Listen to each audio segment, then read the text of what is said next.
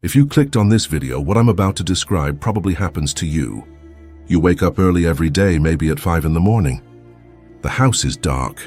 Everyone is still sleeping. You get dressed in the dark so as not to wake anyone. You drink a quick coffee standing up. You leave quietly and close the door carefully. And before turning the key in the car, you stop for a second. You look out the window of the room where your family is still sleeping. And something tightens in your chest. It's not pride and it's not love. It's something else. Something you've never been able to put into words. It's the feeling that you're invisible. You're there, you're dedicated. You're sacrificing. And at the same time, it seems like nobody sees. But even though you feel like nobody values your effort, you remain steadfast. Because there are other people who depend on your daily sacrifice. If you identified on any level with what I described, this video is for you. A survey of over 3,000 adults found that the feeling of not being recognized for the effort one puts in at home or at work is one of the main causes of emotional burnout in people over 30. The feeling of those who go through this isn't anger or resentment. It's something more silent and more destructive. The feeling that what you do doesn't matter. That you could not be here and the world would continue turning in the same way. Studies in behavioral psychology show that human beings can endure hard work, exhausting routines, deprivation, and sacrifice, as long as there is recognition, as long as someone sees it. But what if nobody is watching? This is the part that nobody talks about. Japan, one of the most disciplined and productive cultures in the world, has developed an entire philosophy over centuries to answer this question. Not to say that recognition doesn't matter, but to teach what you do when recognition doesn't come. And this philosophy can completely change the way you view your own effort. But before we continue, I need to tell you something important. I'm going to talk about the reality faced by millions of men. I'll use a male example because this pain has a face that society rarely confronts. But this pain has no gender. If you are a single mother supporting your household, if you are a woman who gives of herself every day for the good of others without ever hearing a thank you, this video is for you too. This video is for everyone who feels invisible. But before we get into the story, I need to ask you something. If you've made it this far, it's because this topic resonated with you. So I invite you to subscribe to the channel and comment below with this question. Have you ever felt invisible? Have you ever felt that your effort went unnoticed by anyone? I know that many people who watch this channel are going through this right now. So your comment might be exactly what someone else needs to read to feel less alone. Thank you from the bottom of my heart for being here. Now let's get to the story. Chapter 1. The Man No One Saw. The name of the person we are going to talk about today was Levi, 37 years old, medium build, shoulders slightly hunched forward. Not from weakness, but from the weight of years carrying something no one could see. He had worked at a logistics company for 12 years as an operations coordinator. Levi wasn't the type of man who complained. In truth, Levi was exactly the kind of man everyone said they admired in speeches, but rarely acknowledged in practice. When he was 20, Levi was different. He was the kind of kid the coach would look at and say, "This guy's going places." A wide receiver on his high school football team, he performed well enough to attract the attention of 2 universities with athletic scholarship programs. He was going to study business administration, get a degree, and start a business. He had a plan. And then Grace appeared. Grace was that girl with the easy smile and calm voice. And Levi loved her in a simple yet profound way, the kind that needed no explanation. At age 20, they discovered that Grace was pregnant. Levi didn't think twice.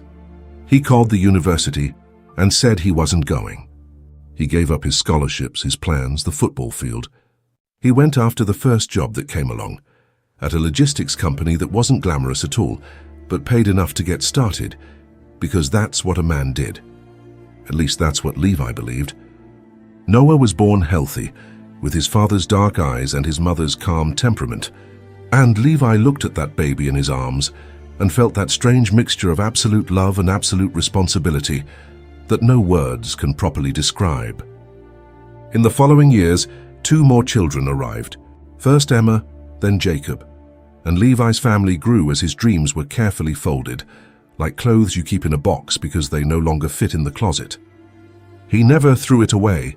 He just kept it, Levi's routine was this: waking up at 5:15 in the morning, every day, even on days when he'd slept poorly, even on days when it had rained the night before and the car needed cleaning before leaving, even on days when his body urgently needed another 30 minutes of rest, almost painfully. At 5:15 a.m., the alarm clock rang. And Levi got up. He would shower in the dark so as not to wake Grace. He would drink coffee standing in the kitchen, looking out the window at the still empty street. And then he would leave.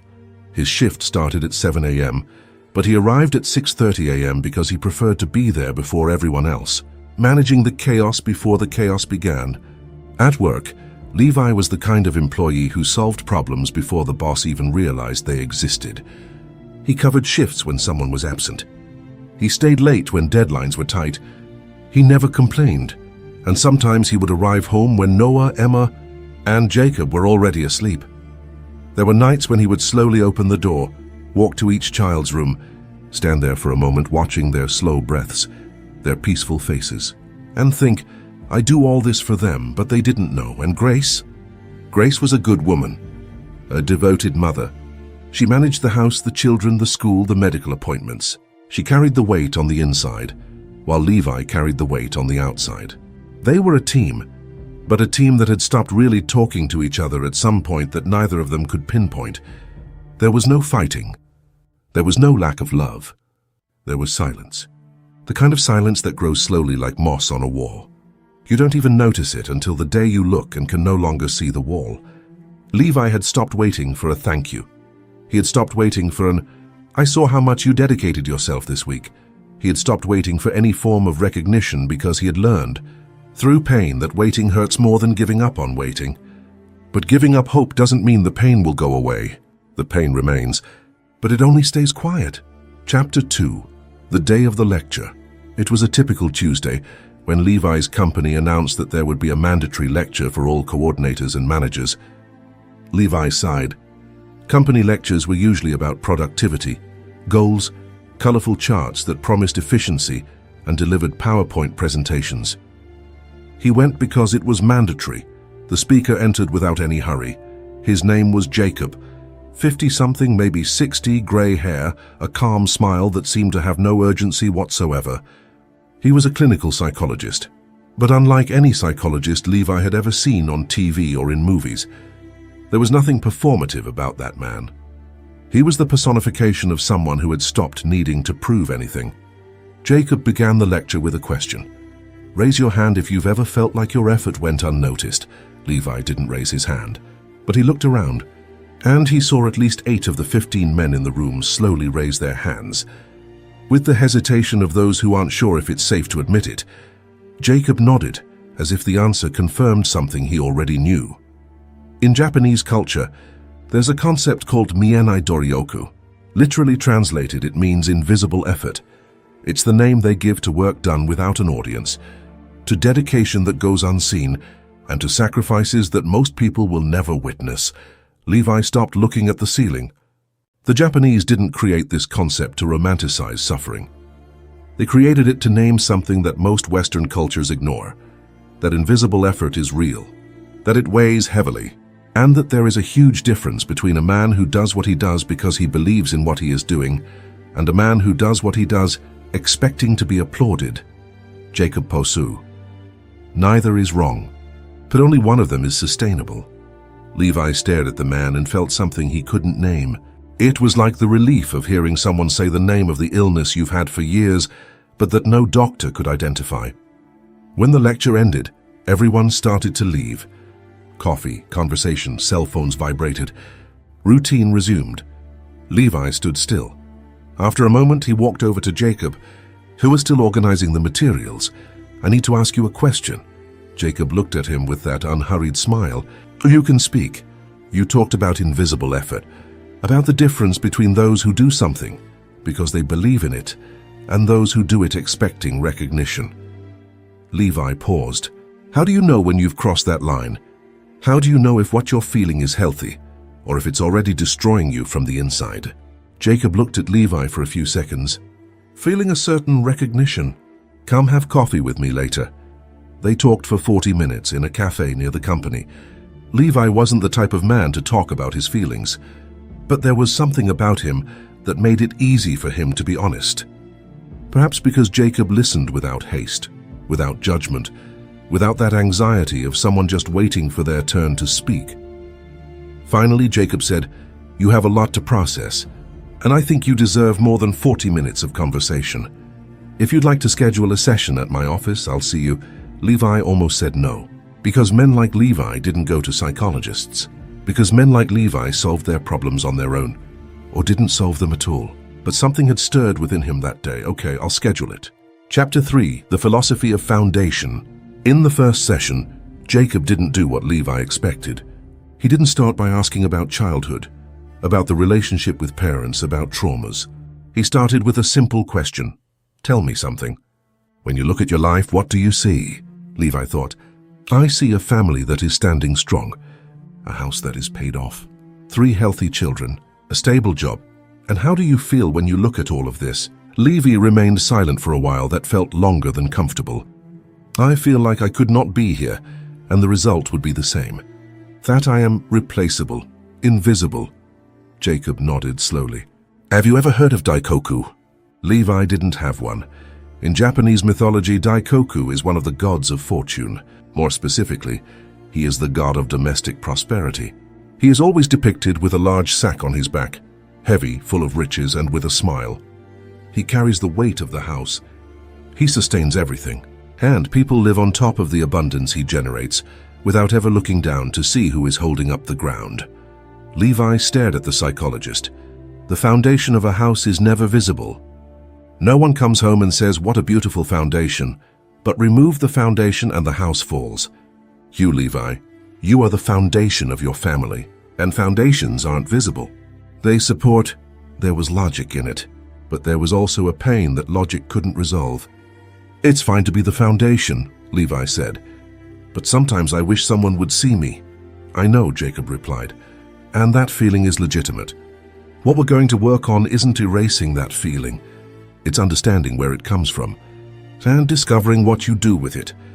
Every 2 weeks, Levi returned to Jacob's office, and in each session, Jacob introduced a new concept, not as a theory, but as a tool, as something Levi could pick up and use. In the 3rd session, Jacob spoke about hara. In Japan, the hara is the center of inner strength. It is not the heart in the emotional sense, nor the mind in the rational sense. It is something deeper. It is the seat of silent dignity, the place from which the samurai acted, not because someone was watching, but because it was who he was. Levi crossed his arms. It's easy to say that, but in practice, when you get home after 12 hours of work and nobody even looks up from their cell phone, I know, Jacob said. I'm not saying it doesn't hurt. I'm saying there's a difference between pain and disintegration. Pain signals that something needs attention. Disintegration happens when you let pain define who you are. When you start believing that because nobody sees you, you have no value. But how do you separate one thing from the other? Asking yourself honestly, why do I do what I do? Levi remained silent. If the answer is because I hope to be recognized, you're building on sand. Because external recognition is fickle. Sometimes it comes, sometimes it doesn't. And you can't control that. But if the answer is because this is who I am, because it's my responsibility, because I love these people, then the foundation is yours. No one can take it away from you. This kept nagging at Levi for weeks.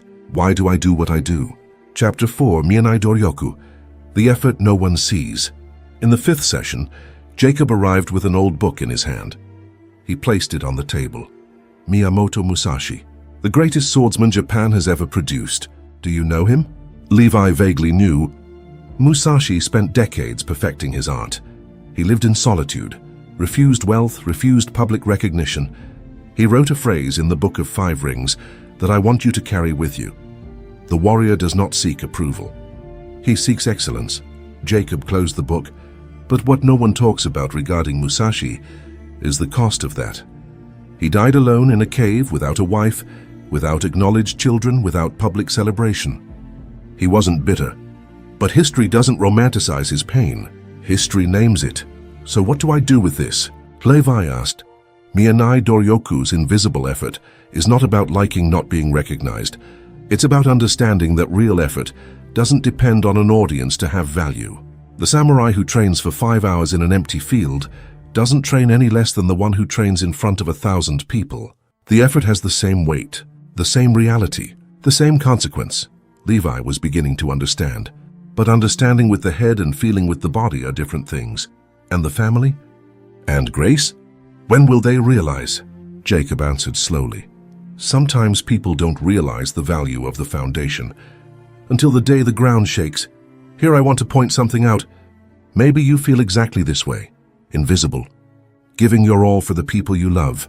But it seems like nobody sees your effort, and often, the only thing that comes your way is more and more demands, more and more pressure. But know that you, whether you are a man or a woman, are the foundation of your family. You are the cornerstone that sustains your home. The children began to notice, not the deprivations themselves. Children complain about deprivation but rarely understand what's behind them. What they perceived was their father. Levi continued waking up at 5:15 a.m. He continued leaving the house in the dark, only now he wasn't leaving for the company, but for a nearby library where he stayed developing the business plan he had secretly begun drafting. Because during all those sessions with Jacob, something had become increasingly clear in Levi's mind. He had a dream kept in a box. Not the dream of being an athlete. That had transformed as all youthful dreams do when life touches them. But there was another dream that had become clearer over the years. He wanted to have his own company. A logistics consulting firm, something he could do with his eyes closed after 12 years in the industry. He had never had the courage. There was always a bill to pay, a school to enroll in, a plan to avoid taking risks. But now he looked at the situation and thought something he hadn't expected to think. Perhaps now is the time. He had an emergency fund. He had built it up quietly over the years because Jacob had planted a seed during one of the sessions. You are not just the structural foundation of the family, you also need to be the financial contingency foundation.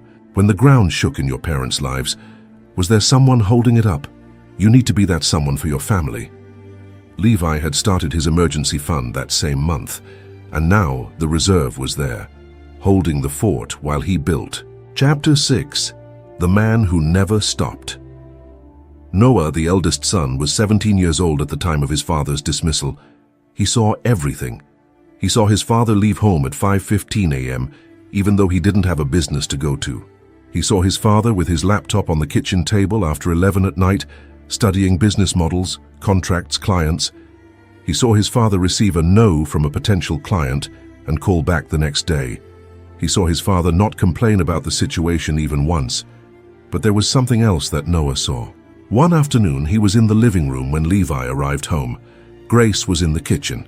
Levi went in, and without Levi knowing his son was watching, he went to the kitchen, put his hand on Grace's shoulder, and whispered, "It's going well." The client responded, "I think it'll work out." And Grace turned, and for the first time in a long time, she looked at her husband with that look that precedes tears, that look of emotion that can no longer be contained. "I'm proud of you, Levi, you know I am." Levi didn't answer immediately. He stood still for a second. "You don't need me to say this, but thank you." Noah went back to his room without his parents noticing he was there, but he carried that with him. American psychologist Martin Seligman, the creator of positive psychology, identified in his research that one of the greatest predictors of human resilience is what he calls a perceived sense of contribution. In his words, human beings need more than just external recognition to persevere. They need an internal sense that what they do matters, that there is a connection between effort and result, that they are the cause, not just the effect. Researchers at the University of Tokyo studying the concept of ikigai, the Japanese purpose in life, found something surprising. The longest-lived and most satisfied people were not necessarily the most publicly recognized. They were the ones who had clarity about why they did what they did. They were the ones who could look at their daily efforts and connect them to something greater than the effort itself. Psychologist and researcher Kristin Neff, a specialist in self-compassion, states, "When a human being operates for years without external recognition, without validation, without gratitude, the risk is not immediate collapse. It is silent erosion. The person gradually loses the connection between what they do and who they are, and when they lose that connection, the effort becomes just a burden. It becomes a weight. It ceases to be identity and becomes a prison. According to Neff's research, the difference between those who resist and those who break is simple.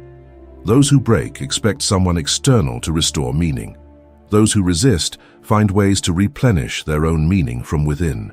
But here's the part I haven't told yet about Levi's story. The part that interests me the most. Months later, when Levi's consulting firm was getting by, not running but walking, with 2 small but real clients and a growth projection that seemed honest, Jacob called him in for one last session. It wasn't a therapy session, it was a conversation. "Do you remember the first time you came to see me, after the lecture?" Jacob asked. "I remember." "What did you tell me?" Levi thought.